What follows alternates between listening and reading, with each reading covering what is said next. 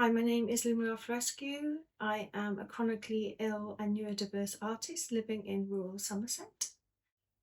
My practice is about getting curious of what it's like to live with neurodiversity and a disability in a very capitalist art industry. I used to do lots of big projects, which I absolutely loved, and social engagement workshops. And although I really enjoyed that, I was in a continuous cycle of boom and bust, and I just burnt out.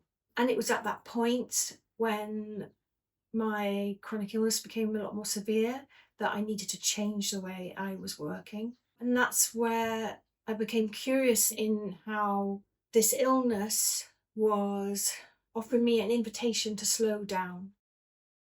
It was at that time that I decided to apply for an Arts Council DYCP, and part of that grant was having mentoring with Mark Devereux projects. And I feel like it came at just the right time when there was this transition in my practice and my way of working and my general way of being in the world. I remember speaking to Mark about it during our sessions, and Mark was so kind and sensitive and understanding of what I was going through.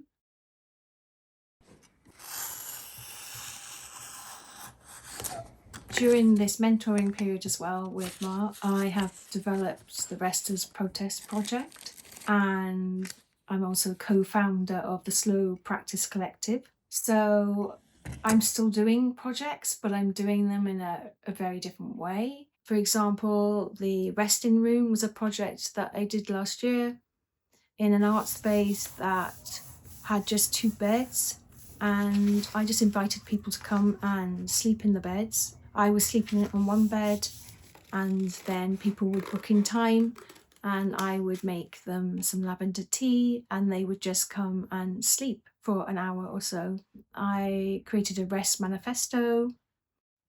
I've found a really lovely community of other artists who are also working in this way. And that's why I developed the Slow Practice Collective, writing artists in who also face barriers to the art world.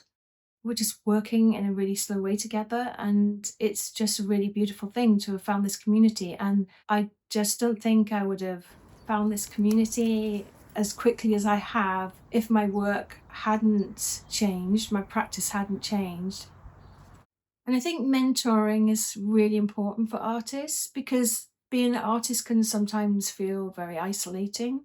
And I have found that these sessions with Mark Devereux projects has made me feel less isolated and helped me experiment more and take more chances, and definitely has helped me deepen and reflect on why I'm making this work, what I want to say as an artist.